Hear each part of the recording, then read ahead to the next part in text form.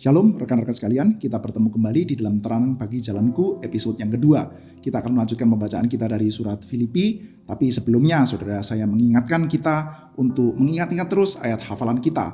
Kemarin kita sudah bersama-sama menghafalkan dari Filipi pasal pertama ayat 21. Karena bagiku hidup adalah Kristus dan mati adalah keuntungan. Harap kita mengingatnya dan kita mengingatnya dengan pengertian. Mari kita bersama-sama berdoa sebelum kita masuk di dalam pembacaan kita pasal yang kedua. Bapa di dalam surga, terima kasih karena kami memiliki kitab suci yang sama, yang telah Engkau pakai untuk memelihara umat Tuhan dari zaman ke zaman. Kami bersyukur kami bisa membacanya di dalam bahasa yang kami bisa mengerti. Kami juga bisa membacanya bersama-sama dengan umat Tuhan yang lain. Kami bisa membacanya bahkan di dalam keadaan yang sangat dimudahkan. Kami bisa bersama-sama membaca, bersama-sama merenung, bersama-sama berdoa, bahkan secara online dari rumah kami masing-masing. Namun kami percaya bahwa kami satu roh, satu hati, satu jiwa di dalam Kristus. Terima kasih Tuhan, peliharakanlah kami melalui firman-Mu, terpujilah Engkau. Dalam nama Tuhan Yesus kami bersyukur dan berdoa, amin. Saya bacakan bagi kita semua, saudara juga mengikuti membaca saudara ya, Filipi pasal 2. Karena dalam Kristus ada nasihat, ada penghiburan kasih, ada persekutuan roh, ada kasih mesra dan belas kasihan, karena itu sempurnakanlah sukacitaku dengan ini. Hendaklah kamu sehati sepikir dalam satu kasih, satu jiwa, satu tujuan, dengan tidak mencari kepentingan sendiri atau puji-pujian yang sia-sia. Sebaliknya hendaklah dengan rendah hati seorang yang lain menganggap yang lain lebih utama daripada dirinya sendiri. Dan janganlah tiap-tiap orang hanya memperhatikan kepentingannya sendiri tetapi kepentingan orang lain juga. Hendaklah kamu dalam hidupmu bersama menaruh pikiran dan perasaan yang terdapat juga dalam Kristus Yesus, yang walaupun dalam rupa Allah tidak menganggap kesetaraan dengan Allah itu sebagai milik yang harus dipertahankan, melainkan telah mengosongkan dirinya sendiri dan mengambil rupa seorang hamba dan menjadi sama dengan manusia, dan dalam keadaan sebagai manusia ia telah merendahkan dirinya dan taat sampai mati, bahkan sampai mati di kayu salib. Itulah sebabnya Allah sangat meninggikan dia dan mengaruniakan kepadanya nama di atas segala nama, supaya dalam nama Yesus bertekuk lutut segala yang ada di langit dan yang ada di atas bumi dan yang ada di bawah bumi, dan segala lidah mengaku Yesus Kristus adalah Tuhan bagi kemuliaan Allah Bapa. Hai saudara-saudaraku yang kekasih, kamu senantiasa taat. Karena itu tetaplah kerjakan keselamatanmu dengan takut dan gentar. Bukan saja seperti waktu aku masih hadir, tetapi terlebih pula sekarang waktu aku tidak hadir. Karena Allah lah yang mengerjakan di dalam kamu baik kemauan maupun pekerjaan menurut kerelaannya. Lakukanlah segala sesuatu dengan tidak bersungut-sungut dan berbantah-bantahan, supaya kamu tidak beraib dan tidak bernoda, sebagai anak-anak Allah yang tidak bercela di tengah-tengah angkatan yang bengkok hatinya dan yang sesat ini. Sehingga kamu bercahaya di antara mereka seperti bintang-bintang di dunia, sambil berpegang pada firman kehidupan, agar aku dapat bermegah pada hari Kristus, bahwa aku tidak percuma berlomba dan tidak percuma bersusah-susah. Tetapi sekalipun darahku dicurahkan pada korban dan ibadah imanmu, aku bersukacita dan aku bersukacita dengan kamu sekalian. Dan kamu juga harus bersukacita demikian dan bersukacitalah dengan aku. Tetapi dalam Tuhan Yesus kuharap segera mengirimkan Timotius kepadamu, supaya tenang juga hatiku oleh kabar tentang hal ihwalmu. Karena tak ada seorang padaku yang sehati dan sepikir dengan aku dan yang selalu begitu bersungguh-sungguh memperhatikan kepentinganmu. Sebab semuanya mencari kepentingan sendiri, bukan kepentingan Kristus Yesus. Kamu tahu bahwa kesetiaannya telah teruji dan bahwa ia telah menolong aku dalam pelayanan Injil sama seperti seorang anak menolong bapaknya. Dialah yang kuharap untuk kukirimkan dengan segera. Sesudah jelas bagiku bagaimana jalannya perkaraku. Tetapi dalam Tuhan aku percaya bahwa aku sendiri pun akan segera datang. Sementara itu kuanggap perlu mengirimkan Epafroditus kepadamu, yaitu saudaraku dan teman sekerja satu teman seperjuanganku, yang kamu utus untuk melayani aku dalam keperluanku. Karena ia sangat rindu kepada kamu sekalian, dan susah juga hatinya sebab kamu mendengar bahwa ia sakit. Memang benar, ia sakit dan nyaris mati, tetapi Allah mengasihani dia. Dan bukan hanya dia saja, melainkan aku juga, supaya duka citaku jangan bertambah-tambah. Itulah sebabnya aku lebih cepat mengirimkan dia, supaya bila kamu melihat dia, kamu dapat bersuka cita pula dan berkuranglah duka citaku. Jadi sambutlah dia dalam Tuhan dengan segala sukacita dan hormatilah orang-orang seperti dia. Oleh sebab karena pekerjaan Kristus ia nyaris mati dan ia mempertaruhkan jiwanya untuk memenuhi apa yang masih kurang dalam pelayananmu kepadaku. Demikian firman Tuhan. Rekan-rekan sekalian, kalau kita perhatikan di dalam pasal 2 ini, kita mendapati Paulus langsung membuka dengan adanya encouragement, adanya comfort, penghiburan di dalam Kristus. Jadi kalau di dalam versi LAI dikatakan dalam Kristus ada nasihat. Nah ini saya sendiri percaya bahwa terjemahannya mungkin lebih tepat adalah encouragement. Seperti kalau Anda lihat di dalam versi ESV misalkan ya, di dalam Kristus ada encouragement, ada dorongan. Kenapa demikian? Karena di dalam pasal sebelumnya sudah jelas saudara, dalam pasal 1 bagian yang terakhir dikatakan, hendaklah hidupmu berpadanan dengan Injil Kristus. Lalu dikatakan kamu tidak boleh gentar oleh lawan-lawanmu. Jadi dahulu kamu sudah mendengar, dahulu kamu melihat ada penganiayaan yang terjadi dalam aku. Mereka akan melihat ya bagaimana Paulus dianiaya di Filipi. Dan sekarang kamu mendengar apa yang terjadi padaku ketika Paulus sedang dipenjara di Roma, saudara ya. Maka mereka sudah tahu, sudah pernah melihat, dan sekarang mendengar. Dan Paulus mengatakan, sekarang kamu mengalami tekanan yang sama seperti yang terjadi padaku. Hendaklah kamu tidak gentar.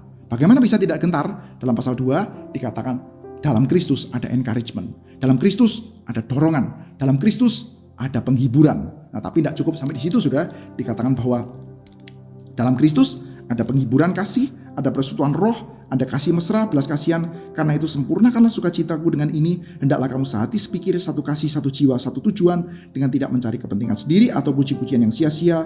Sebaliklah, hendaklah dengan rendah hati seorang menganggap yang lain lebih utama daripada dirinya sendiri. Saudara lihat ya, di dalam bagian sebelumnya, sekali lagi Paulus sudah mengatakan bahwa ada yang menekan kamu, seperti yang menekan aku. Dahulu kamu lihat, aku ditekan. Sekarang kamu dengar, aku ditekan. Dan sekarang aku dengar, aku juga tahu bahwa jemaat Filipi mengalami tekanan. Dan karena tekanan-tekanan itu, kamu jangan khawatir, ada encouragement, ada dorongan di dalam Kristus. Lalu Paulus mengatakan bahwa ada dorongan dalam Kristus, ada kasih mesra, ada persekutuan roh, dan aku akan bersuka cita. Sempurnakanlah sukacitaku dengan cara kamu itu saling mengutamakan yang lain daripada diri sendiri. Saudara, ini adalah satu buah nasihat yang berani ya saudara. Saudara, kalau kita mendengarkan, hendaklah kamu tidak mementingkan diri sendiri. Hendaklah kamu mengutamakan orang lain. Itu biasanya bisa terjadi kalau keadaannya apa? Kalau keadaan kita longgar, keadaan kita lancar, biasanya lebih mudah untuk kita melakukan itu, saudara. Kalau kita sendiri dalam keadaan yang sulit, tertekan, boro-boro kita mikirin orang lain, saudara. Tapi jemaat Filipi ini enggak loh, saudara. Paulus berkata bahwa kamu sedang ada di dalam tekanan, ya kata-katanya ya. Dengan tiada digentarkan sedikit pun oleh lawanmu. Bagi mereka semuanya tanda kebinasaan, bagi kamu tanda keselamatan. Sebab kepada kamu dikaruniakan bukan saja untuk percaya kepada Kristus, melainkan juga untuk menderita untuk Dia. Jemaat Filipi, dikatakan Paulus bahwa jemaat kalian semua adalah orang-orang yang dikaruniakan, mendapatkan karunia dari Tuhan untuk menderita. Penderitaan yang mirip dengan penderitaan yang dialami oleh Paulus. Mungkin mereka mengalami penganiayaan. Satu dengan yang lain sama-sama mengalami penderitaan, sama-sama mengalami tekanan. Masing-masing sedang mengalami tekanan. Tetapi Paulus mengatakan bahwa ada encouragement, ada comfort di dalam Kristus. Oleh karena itu, justru ketika sedang ada dalam tekanan, ini adalah kesempatan untuk kamu memikirkan, mengutamakan yang lain, saudara. Berbeda sekali dengan cara pikir kebanyakan orang. Kalau saya lagi longgar, saya bisa tolong orang lain. Kalau saya lagi susah, ya sudah, saya mikirin diri sendiri. Bahkan kalau perlu, saya tarik semua orang untuk mementingkan diri saya sendiri. Nah, ini kebalik, saudara, dengan Paulus. Dan Paulus melanjutkan, hendaklah kamu dalam hidupmu bersama menaruh pikiran dan perasaan seperti yang terdapat di dalam Kristus. Seperti apa itu, saudara? Nah, ini. Walaupun dalam rupa Allah tidak menganggap kesetaraan dengan Allah sebagai milik yang harus dipertahankan, melainkan mengosongkan dirinya sendiri dan mengambil rupa seorang hamba dan menjadi sama dengan manusia. Dalam keadaan sebagai manusia, ia telah merendahkan dirinya dan taat sampai mati, bahkan sampai mati di kayu salib. Saudara, ada pendapat yang saya cukup simpatik ya saudara, yang mengaitkan gambaran tentang Kristus ini dengan gambaran Adam di dalam Kejadian pasal yang ketiga. Saudara, salah satu dasarnya adalah kata-kata rupa. Kristus dalam rupa Allah. Kita ingat ya, Adam itu diciptakan di dalam gambar dan rupa Allah. Sama-sama memakai kata rupa, saudara. Tetapi saudara, dasar yang lain adalah bahwa di dalam teologianya, Paulus itu memang tampaknya cukup capable ya. Capable seperti kayak dia itu mampu gitu. Ya, Paulus itu dalam teologianya memang beberapa kali menyejajarkan, saudara, menyandingkan, membandingkan antara Kristus dengan Adam. Misalkan di dalam surat 1 Korintus, saudara. 1 Korintus pasal 15 ayat 21 dan 22. Ketika berbicara tentang kebangkitan, maka kebangkitan Kristus itu menjadi paradigm dari kebangkitan orang percaya. 1 Korintus pasal 15 ayat 21 dan 22. Juga di dalam ayat 45 sampai 49 bicara tentang kebangkitan. Lalu di dalam surat Roma, misalkan dalam surat Roma pasal 5 ayat 12 sampai 21, ada paralel juga, saudara, paradigma. Di dalam Adam ada universalitas kejatuhan manusia di dalam dosa. Di dalam Kristus adanya keselamatan, saudara. Jadi Paulus itu memang di dalam teologianya bisa membandingkan antara Adam dengan Kristus. Maka di dalam bagian ini saudara, ada yang percaya bahwa, dan saya sendiri juga simpatik ya dengan pandangan itu, karena saya kira cukup dapat dipertahankan, yang mengatakan bahwa dalam bagian ini Paulus kembali membandingkan antara Kristus dengan Adam. Adam itu seperti apa sih? Adam seperti ini. Adam dan Hawa lah saudara ya, umat manusia ya, our first parents ya, orang tua pertama umat manusia saudara, archetype dalam seluruh umat manusia saudara. Adam itu adalah dia yang dicipta, ya ciptaan ya, dicipta menurut gambar dan rupa Allah. Lalu mau menjadi sama seperti Allah. Ya, makan buah pohon pengetahuan baik dan jahat itu kan bukan karena dia manis atau segar saudara ya, karena dia bisa memberikan pengetahuan baik dan jahat yang membuatnya serupa dengan Allah. Jadi dicipta serupa dengan gambar Allah, tapi kepingin menjadi seperti Allah. Karena itu tidak taat. Tidak boleh makan, dia makan. Dan karena ketidaktaatannya dia mati, saudara. Ya kan? Ada catatan, pada hari kamu makannya, maka kamu akan mati. Kamu masuk ke dalam proses dying sejak Adam dan Hawa itu makan, saudara. Jadi gambarannya adalah Adam dan Hawa adalah ciptaan yang diciptakan seru dengan gambar dan rupa Allah.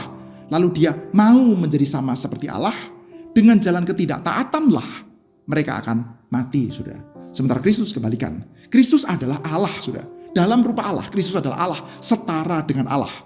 Saudara, ada pendapat yang mengatakan kata harpakmon ya, kata bahwa Yesus ini sebetulnya bukan Allah, tapi Yesus itu tidak mau merampas kealahan, saudara. Itu pendapat yang konyol, saudara. Di dalam bagian ini Paulus sedang ingin menunjukkan betapa kita dipanggil untuk memiliki pikiran dan perasaan yang rendah hati seperti Kristus.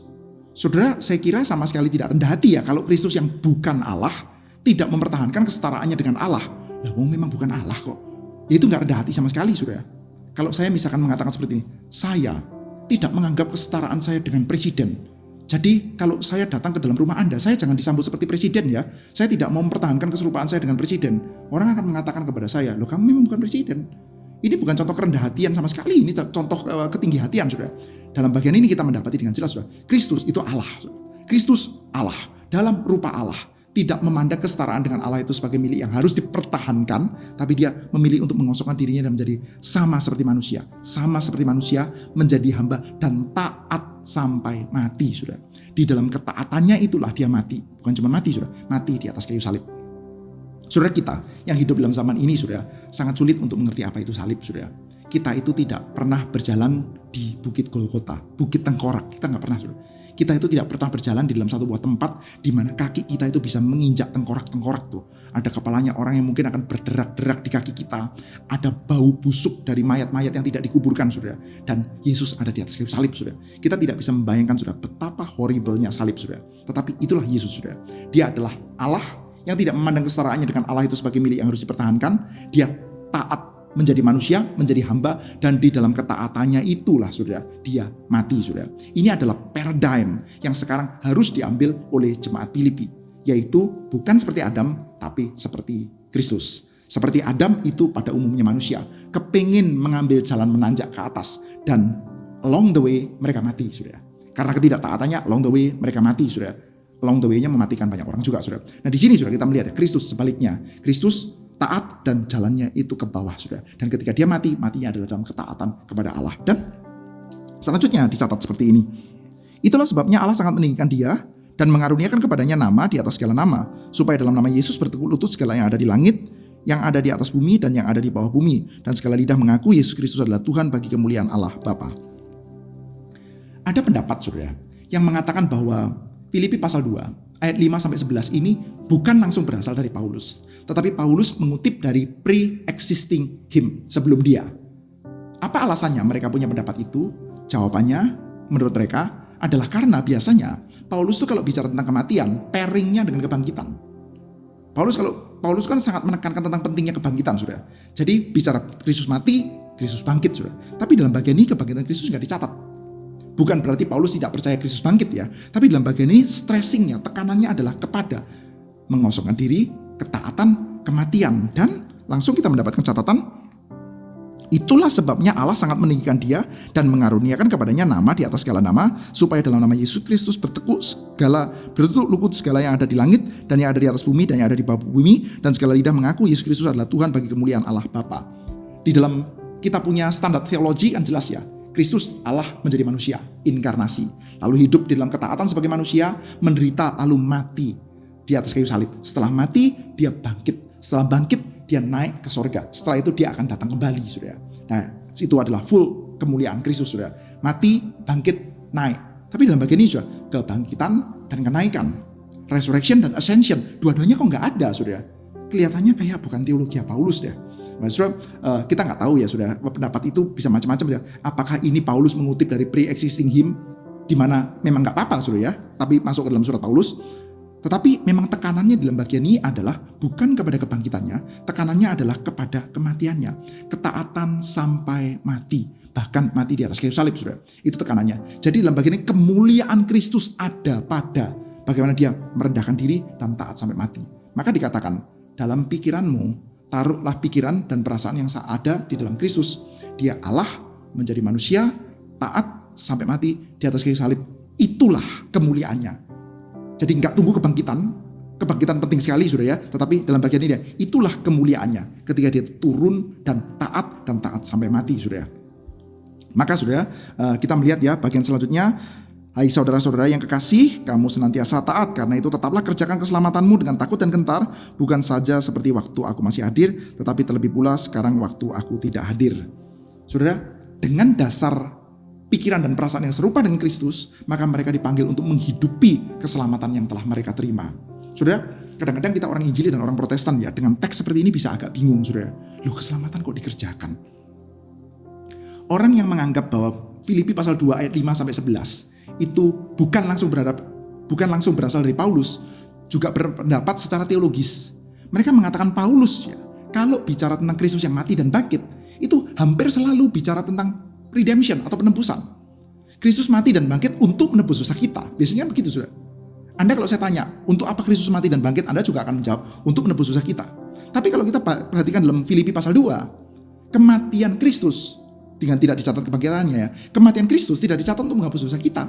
Tapi kematian Kristus sebagai paradigm. Hendaklah kamu dalam hidupmu bersama menaruh pikiran dan perasaan yang ada di dalam Kristus. Kematian Kristus itu menjadi semacam kayak blueprint di mana kematian kita akan diserupakan seperti itu.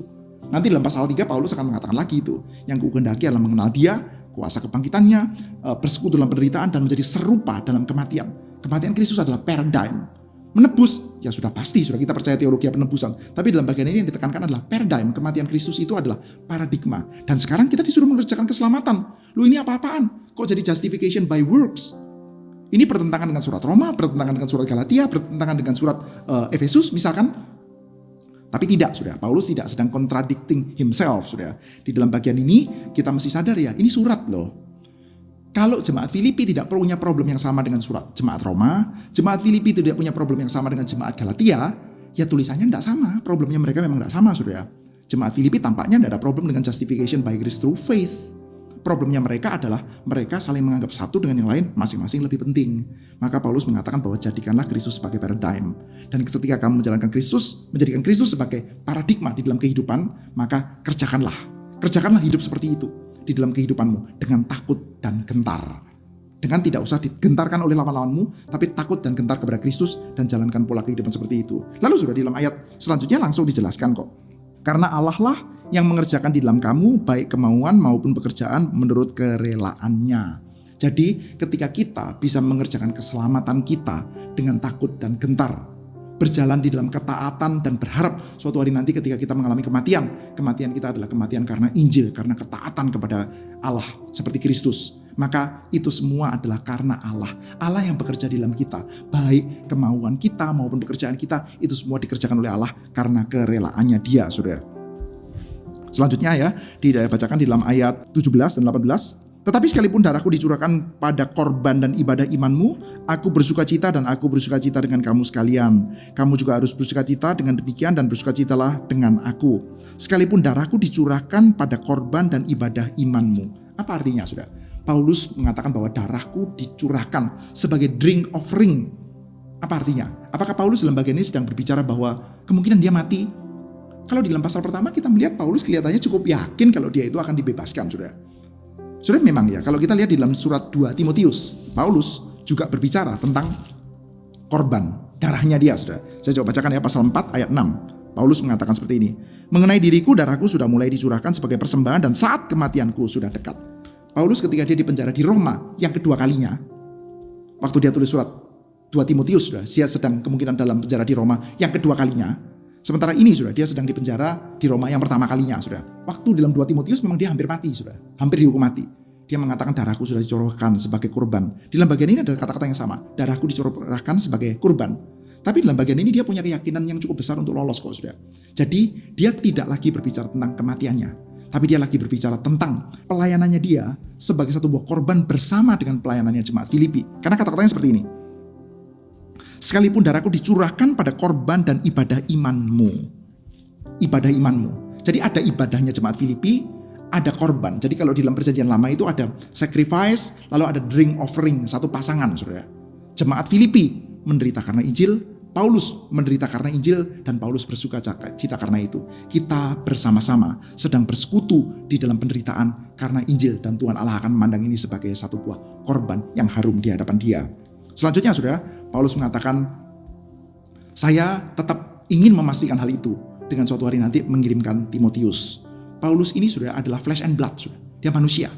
Dia manusia yang mengasihi jemaat Filipi. Meskipun dia percaya jemaat Filipi itu dipelihara oleh Tuhan, namun tetap dalam hatinya ada khawatir-khawatirnya, ada satu buah perasaan sayang, pikiran yang terus ada di dalam jemaat Filipi itu, terus ada dalam pikiran Paulus. Maka dia mengatakan, suatu hari nanti saya kepingin kirimkan Timotius kepada kamu. Dan bukan cuma Timotius, nanti saya sendiri juga ingin datang kepada kamu. Nah, saudara, kalau kita perhatikan di dalam bagian selanjutnya ini ya, Paulus akan berbicara tentang orang-orang yang akan dia kirimkan. Pertama Timotius, kedua dirinya sendiri, ketiga Epafroditus, saudara. Saudara, memberikan ucapan-ucapan yang baik tentang Timotius dan Epafroditus ini unik, saudara ya. Paulus kan mengatakan seperti ini untuk Timotius ya. Tak ada seorang padaku yang sehati sepikir dengan aku dan yang begitu bersungguh-sungguh memperhatikan kepentinganmu. Semuanya mencari kepentingan sendiri, bukan kepentingan Kristus Yesus. Kamu tahu bahwa kesetiaannya telah teruji, bahwa ia telah menolong aku dalam pelayanan Injil sama seperti seorang anak menolong bapaknya. Dia kuharap kukirimkan dengan segera, sesudah jelas bagiku bagaimana jalannya perkaraku. Nah, itu adalah Timotius, saudara. Lalu dengan Epafroditus, ayat 25. Kuanggap perlu mengirimkan Epafroditus kepadamu, saudaraku, teman sekerja, serta teman seperjuanganku yang kamu utus untuk melayani aku dalam keperluanku. Lalu sudah ayat yang ke-29, sambutlah dia dalam Tuhan dengan segala sukacita dan hormatilah orang seperti dia, sebab oleh karena pekerjaan Kristus ia nyaris mati dan ia mempertaruhkan jiwanya untuk memenuhi apa yang masih kurang dalam pelayananmu kepadaku. Itu adalah Epafroditus.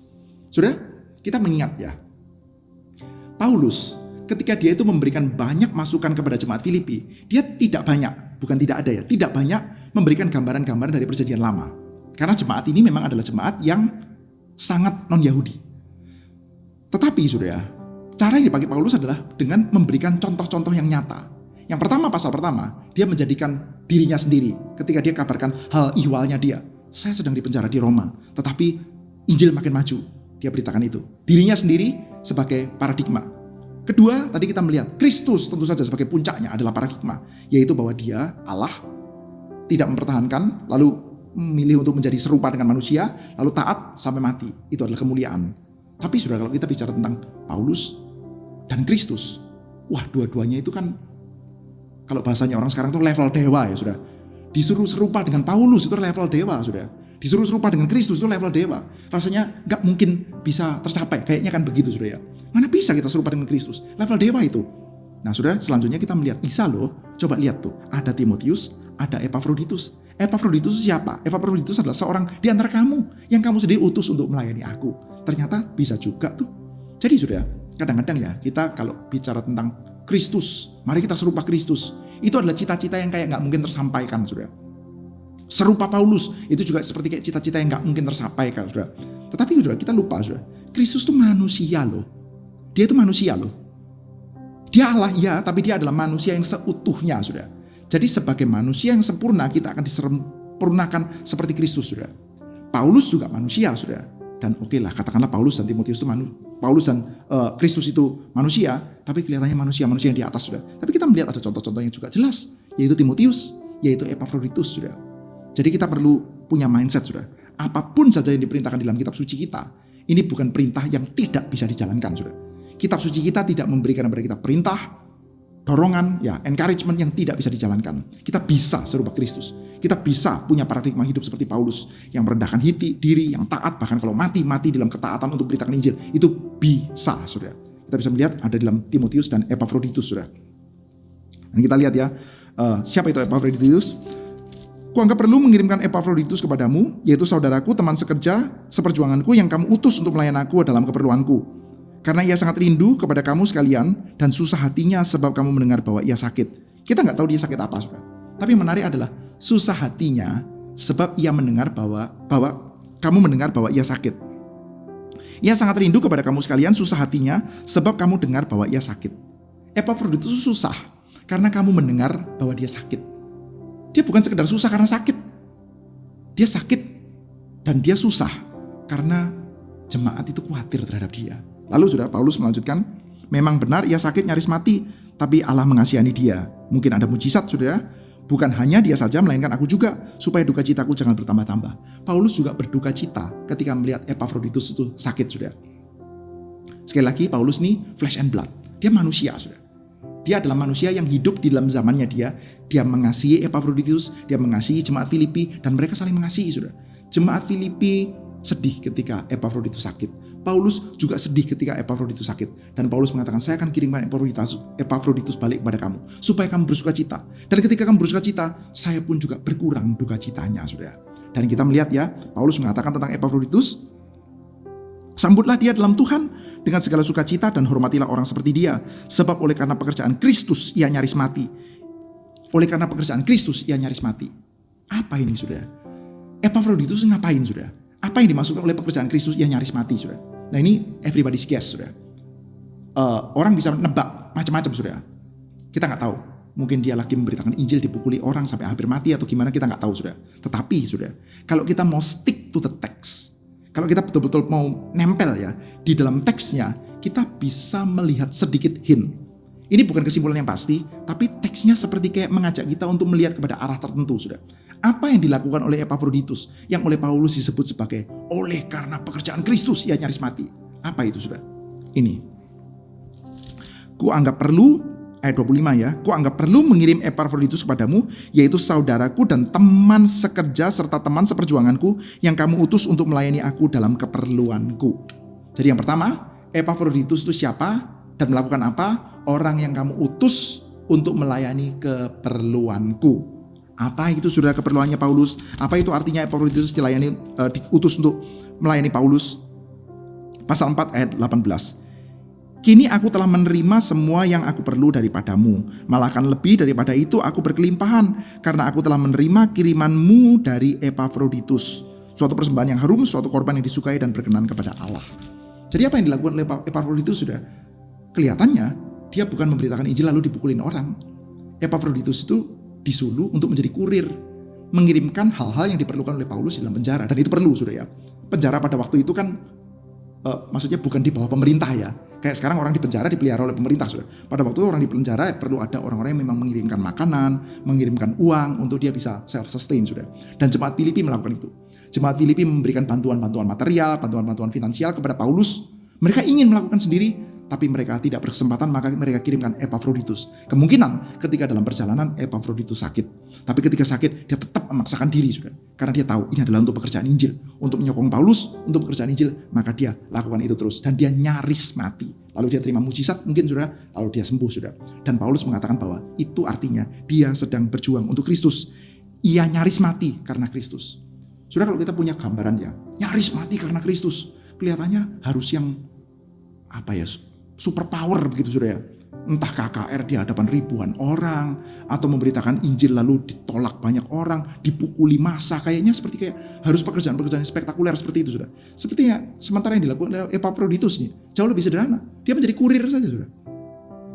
Dia jadi kurir dari jemaat Filipi kepada Paulus, sudah itu sudah. Tetapi sudah pekerjaan kecil seperti ini sudah counted, dihitung oleh Tuhan. Bagi Paulus sudah, itu adalah satu buah pekerjaan yang dikasih gelar oleh Paulus di dalam pasal 4 nanti ya. Aku berkelimpahan, aku menerima kirimanmu dari Epafroditus, suatu persembahan yang harum, suatu korban yang disukai dan berkenan kepada Allah. Korban yang harum. Itu kan bahasa imamat saudara ya. Korban yang bau api-apiannya sampai kepada Tuhan, yang harum di hadapan Tuhan.